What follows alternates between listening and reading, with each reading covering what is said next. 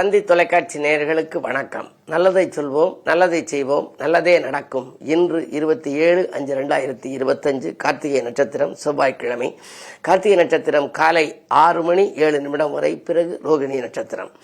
இன்றைக்கு நான் உங்களுக்கு சொல்ல இருக்கிற நல்ல கருத்து, எப்படி வணங்குவது. கோயிலுக்கு போறோம், நம்ம கும்பிடுறோம், மக்களை பார்த்து கும்பிடுறான், தாய் தந்தையரை பார்த்து கும்பிடுறான், அன்னையும் பிதாவும் முன்னறி தெய்வம் அப்படின்னு. இப்படிலாம் கும்பிடுற போது எப்படி கும்பிடணும் அப்படின்னு நம்ம உங்களுக்கு தெரிஞ்சுக்கணும். சில பேர் காரில் போகிற போது நான் பார்த்துருக்கேன், கீழே ஏதாவது தெய்வங்கள் இருக்கும், காசை தூக்கி அது தெய்வத்துக்கு சன்னதியில் எரிஞ்சிருவாங்க. லட்சுமி அலட்சியப்படுத்தக்கூடாது, அப்படி எரியக்கூடாது. சில பேர் பார்த்தீங்கன்னா கோயிலுக்கு எதுக்காக அப்படியே பைக்கில் போவாங்க, அப்படியே இந்த ஒரு விரல் சுட்டு விரல் எடுத்து வாய்க்கட்டக்க வச்சு ஒரு முத்தம் கொடுக்குற மாதிரி சொல்லிட்டு கும்பிட்டு போகிற மாதிரி போவாங்க. ஆக நின்று நிலச்சி 2 கையும் கூப்பி கும்பிடுறதே இல்லை, இருகரம் கூப்பி கும்பிடணுங்கிறேன். இந்த கும்பிடுறது எப்படி கும்பிடுறதுன்னா, சிவனையோ விஷ்ணுவையோ கும்பிடுற போது தலைக்கு மேலே 12 அங்குலம் உயரத்தில் வச்சு கை கூப்பி கும்பிடணுமா. எல்லாவற்றிற்கும் தலைவன் அவங்க. அதனால அது ரெண்டும் கும்பிடுற போது காக்கும் கடவுள் அது சிவன் விஷ்ணு. பொதுவாகவே கடவுள்னு பேர் ஏன் வந்துச்சு அப்படின்னா, உள்ளத்தை கடந்தவர். ஆங்கிலேயர்கள் காடுன்னு வச்சாங்க, ஜிஓடி காடு. காடுனா என்ன அர்த்தம் அப்படின்னா, ஜெனரேட்டர், ஆபரேட்டர், டெமைசர். ஆக்கல், காத்தல், அழித்தல் ஆகிய முத்தொழிலுக்கும் மூலமாக இருப்பவர்களை கடவுளா நினைச்சு காடுன்னு வச்சாங்க. அந்த கடவுள்ல சிவனும் விஷ்ணுவும் நம்ம கும்பிடுற போது தலைக்கு மேல 12 அங்குலம் உயர்த்தி கும்பிடணுமா. சரி, குருவுக்கு கும்பிடுற போது மற்ற தேவர்களுக்கெல்லாம் கும்பிடையில தலைக்கு மேல கை வச்சு கும்பிட்டாலே போதும், தலையை ஒட்டி கை வச்சு கும்பிட்டா போதும். குருவுக்கு கும்பிடுற போது நெற்றிக்கு நேராக வச்சு கும்பிடணும். ஏன்னா நெற்றி பொட்டுக்கு நேராக தான் நமக்கு அவருடைய குரு மூலமாக தானே, நமக்கு குருவருள் மூலமாக தானே திருவருள் கிடைக்குது. அதனால குருவை கும்பிடுற போது அப்படி கண்ணை மூடி கை கூப்பி கும்பிடுற போது நெற்றிக்கு நேராக அந்த கை 2ஐயும் வச்சு கும்பிடணுமா. தந்தையை கும்பிடுற போதோ அல்ல அரசர்களை கும்பிடுற போதோ வாய்க்கு நேராக வைத்து கும்பிடணும். நமக்கு உணவளிப்பவர்கள், நமக்கு வாழ்க்கை தேவையை அளிப்பவர்கள் யாருன்னா தந்தை. சம்பாதிச்சு கொண்டு கொடுக்குறாரு. அதே மாதிரி அரசர்கள் நம்ம நல்லா வாழ வழிவகுத்து கொடுக்கிறார்கள். எனவே அது மாதிரி இருக்கவங்களுக்கு வாய்க்கு நேராக அந்த விரல் 2 கையும் கூப்பி வைக்கணுங்கிறாங்க. அறநெறியாளர்களுக்கு மார்புக்கு நேராக வச்சு கும்பிடணுமா. அதே நேரம் தாய்க்கு கும்பிடுற போது, தாயை பார்த்து கும்பிடுற போது ஆசீர்வாதம் வாங்கி கீழே விழுந்து நம்ம காலை தொட்டு கும்பிட்டு திரும்ப கும்பிடுவது வயிற்றுக்கிட்டக்க அந்த 2 கரங்களே இருக்கணுமா. ஏன்னா அந்த மணி வயிறு நம்ம பெற்ற வயிறு. தாயின்னு வணங்க வேண்டிய தாய்கள் 4 தாய் இருக்காங்க தெரியுமா. முதல்ல ஒன்று பெற்ற தாய், அதுக்கு பேர் என்ன சொல்றான், மாதா. மாதா பிதா குரு தெய்வம்னு சொல்லி முதல்ல குறிப்பிடுறது மாதா. பெற்ற தாய்ங்கிறது மாதா. பால் தரக்கூடிய தாய் யார் அப்படின்னா கோமாதா, அது பசு. அதற்கடுத்தது தன் மடியிலே தாங்குகின்ற தாய் எது அப்படின்னா பூமாதா, பூமிக்கு பூமி தாய் பூமாதா. அதற்கு பிறகு அகிலத்தையெல்லாம் காக்கின்ற தாய் யாரு, ஜெகன்மாதா, புவனேஸ்வரி. ஆக மாதா, கோமாதா, பூமாதா, ஜெகன்மாதா இவைகள் எல்லாம் மாதா வரிசையிலே வைத்து நாம் வழிபட வேண்டும். பொதுவாக வழிபாடு என்று எடுக்கின்ற பொழுது ஒரே சிந்தனையாக ஒரு மனத்தோடு நினைத்து ஏதேனும் ஒரு நல்ல பாடல்களை சொல்லி இறை சன்னதியிலே வழிபட வேண்டும். வழிபடுகின்ற பொழுது கரங்களை கூப்பி நாம் வரங்களை கேட்க வேண்டும் என்று சொல்கிறார்கள். இப்படி வணங்குவது எப்படி என்பதை கூட முன்னோர்கள் அழகாக வகுத்து சொல்லி இருக்கிறார்கள் என்ற கருத்தை தெரிவித்து இனி இன்றைய ராசி பலன்களை இப்பொழுது உங்களுக்கு வழங்கப் போகின்றேன்.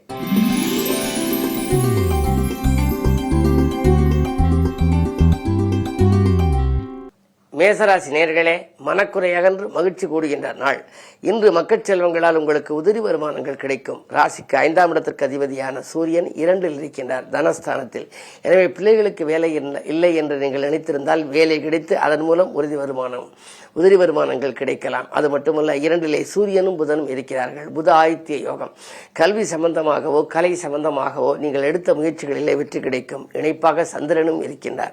4க்கு அதிபதியும் 2இல் இருப்பதனாலே இடம் வாங்குவது, வீடு வாங்குவது, மனை கட்டுவது, கட்டியை விட்டு பழுது பார்ப்பது போன்றவற்றையெல்லாம் கவனம் செலுத்தக்கூடிய இந்த நாள் உங்களுக்கு ஒரு யோகமான நாள்.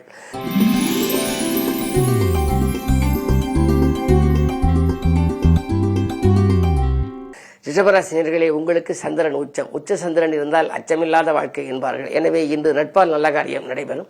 கொடுத்த வாக்கை காப்பாற்றுவீர்கள். கொள்கை பிடிப்போடு செயல்படுவீர்கள். அரசு வழியில் உங்களுக்கு எதிர்பார்த்த சலுகைகள் கிடைக்கும்.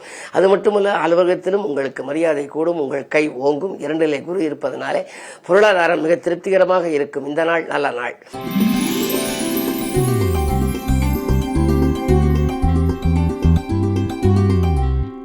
மிதுனராசினியர்களே, உங்களுக்கெல்லாம் வம்பு வழக்குகளை சமாளித்து வளம் காணுகின்ற நாள். வாழ்க்கை தேவைகள் கடைசி நேரத்தில் பூர்த்தியாகலாம்.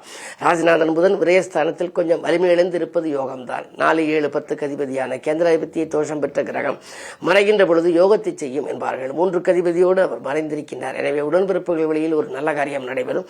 அரசு வழியில் நீங்கள் நீண்ட நாட்களாக எதிர்பார்த்த சலுகைகள் இன்று கிடைக்கலாம். உத்தியோகத்தில் கூட உங்களுக்கு நல்ல மாற்றங்கள் உண்டு.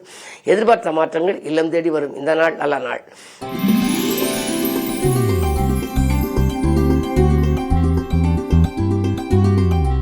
கடகராசி நேயர்களே, கொஞ்சம் யோசித்து செயல்பட வேண்டிய நேரம். எதை செய்தாலும் கொஞ்சம் யோசித்து அனுபவஸ்தர்களின் ஆலோசனைகளை கேட்டு செய்வது நல்லது. 7ஆம் இடத்திலே 7 அதிபதியும் 8 அதிபதியுமான சனி 8ஆம் இடத்தில் இருக்கின்றார். எனவே வாழ்க்கை தேவைகள் பூர்த்தியாவது கடினம். வாழ்க்கை துணையோடு பிரச்சனைகள் வரலாம்.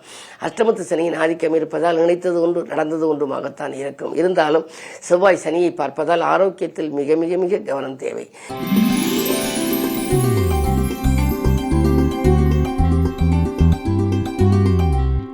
சிம்மராசி நேயர்களே, உங்களுக்கெல்லாம் ராசிக்கு 7லே சனி, கண்டகச்சனியின் ஆதிக்கம், விரயஸ்தானத்திலே யோகம் செய்யும் செவ்வாய். எனவே இன்று நீங்கள் எதையும் திட்டமிட்டு செய்ய இயலாது. தொகை எதிர்பார்த்தபடி உங்களுக்கு கிடைத்தாலும் விரயங்கள் கூடுதலாக இருக்கும்.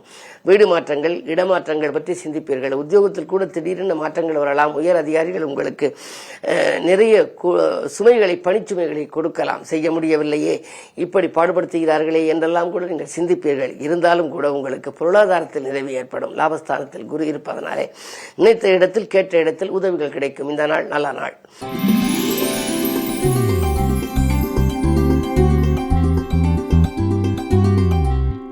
கன்னிராசி நேயர்களே, உங்களுக்கு 7லே சுக்கிரன், ஆடை ஆபரண சேர்க்கை உண்டு. அயல் நாட்டிலிருந்து நல்ல அழைப்புகள் வரலாம். நல்ல நிறுவனங்களில் வேலை செய்ய நீங்கள் கேட்டு விண்ணப்பித்திருந்தால் அதற்கு ஒரு நல்ல முடிவு இன்றைக்கு வரும். அது மட்டுமல்ல, பொதுநலத்தில் உங்களுக்கு அதிக ஈடுபாடு வரலாம். பயணங்கள் பலன் தருவதாக இருக்கும். பழைய வாகனங்களை கொடுத்துவிட்டு புதிய வாகனங்கள் வாங்கும் முயற்சியிலே ஆர்வம் காட்டுவீர்கள். 10ல் குரு இருப்பதால் பதவி மாற்றம் உண்டு என்பார்கள். எனவே இருக்கும் இடத்திலிருந்து வேறு இடத்துக்கு மாறலாமா என்ற சிந்தனை இன்றைக்கு வெற்றி பெறுகின்ற நாளாகவே அமைகின்றது.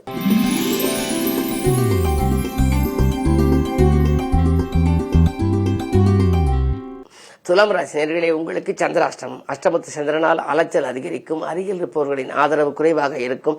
மனக்கசப்புகள் ஏற்படும். நினைத்தது ஒன்று நடந்தது ஒன்றுமாக இருக்கலாம். பயணங்களை மாற்றி அமைப்பீர்கள். ஆரோக்கியத்திற்காகவும் செலவிடுவீர்கள்.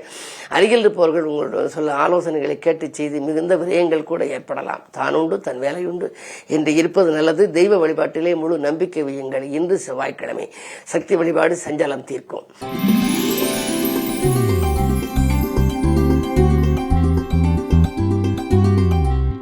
விருச்சிக ராசி நேயர்களே, உங்களுக்கு வியாழன் 8ஆம் இடத்தில் இருந்தாலும் அதன் பார்வை 2ல் பதிவதனாலே பொருளாதாரம் நன்றாக இருக்கிறது.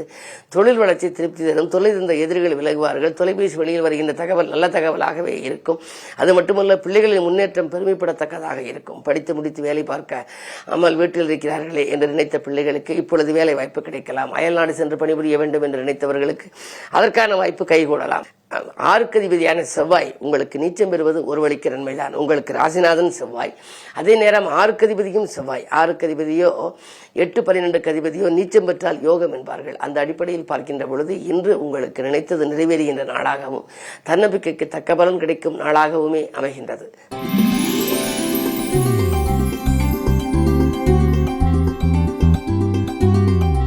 தனுசு ராசி நேயர்களே, 8லே செவ்வாய் இருக்கின்றார். இருந்தாலும் 12 அதிபதி 8ல் இருப்பதனாலே விபரீத ராஜயோகம். திட்டமிடாமல் செய்யும் காரியங்களில் வெற்றி கிடைக்கும். நீண்ட நாளாக நிறைவேறாத எண்ணங்கள் நிறைவேறும். நிம்மதிக்காக ஆலயத்தை நோக்கியும் நீங்கள் அடியெடுத்து வைப்பீர்கள். ஆரோக்கிய தொல்லைகள் அகலும். இதுவரை உங்களுக்கு குணப்படுத்த முடியாத நோய்களாக இருந்தால் இன்று உங்களுக்கு குணத்துக்கு வரக்கூடிய ஒரு வாய்ப்பு உண்டு. மாற்று மருத்துவம் கை கொடுக்கும். ஆரோக்கியத்தை சீராக வைத்துக் கொள்ள ஆகாரத்திலும் கட்டுப்பாடு செலுத்துங்கள். பொருளாதாரம் திருப்தியாக இருக்கின்றது. உத்தியோகத்தில் நீங்கள் புது முயற்சிகள் செய்திருந்தால் அதில் வெற்றி கிடைக்கும் நாள் இந்த நாள்.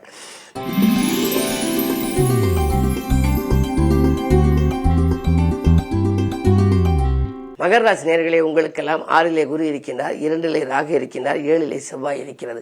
7ல் செவ்வாய் இருப்பதனாலே இல்லறம் நல்லறமாக அமையும். வாங்கல் கொடுக்கல்கள் சீராகவும் சிறப்பாகவும் இருக்கும். அருகில் இருக்கும் உடன்பிறப்புகள் உங்களுக்கு அனுசரணையாக இருப்பார்கள். அதே நேரம் பஞ்சமஸ்தானத்தில் சூரியன். அரசு வழியில் நீங்கள் ஏதேனும் சலுகைகளை எதிர்பார்த்தால் அது கிடைக்கும்.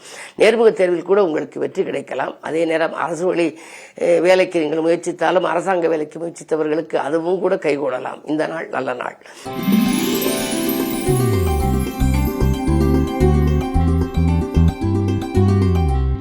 கும்பராசி நேயர்களே, இன்றைக்கு அதிகார அந்தஸ்துக்கு உயர்த்தப்படும் அளவுக்கு உத்தியோகத்திலே உங்களுக்கு ஒரு நல்ல மாற்றம் வரப்போகிறது. 4ஆம் இடத்திலே புதன் சூரியன் இருக்கின்றார்கள். நினைத்தது நடக்கும். நிகழ்கால தேவைகள் பூர்த்தியாகும். அதே நேரம் உங்களுக்கு சந்திரன் உச்சமாக 4இல் இருப்பதனாலே தாய்வழி ஆதரவு உண்டு. பெற்றோர்களின் ஒத்துழைப்போடு தொழில் செய்பவர்கள் அதை வளப்படுத்திக் கொள்ள மேலும் மூலதனம் வேண்டும் என்று கேட்டால் அது கிடைக்கலாம். ராசியில் சனி சொந்த வீட்டில் இருப்பதனாலே பெரிய அளவில் பாதிப்புகள் ஏற்படாது. திட்டமிட்ட காரியங்கள் திட்டமிட்டபடி நடைபெறும். தாமதமாக நடைபெற்றாலும் தடையின்றி நடைபெற்றுவிடும். இந்த நாளை மேலும் இனிய நாளாக நீங்கள் அமைத்துக் கொள்ள முருகப்பெருமானை வழிபட வேண்டும்.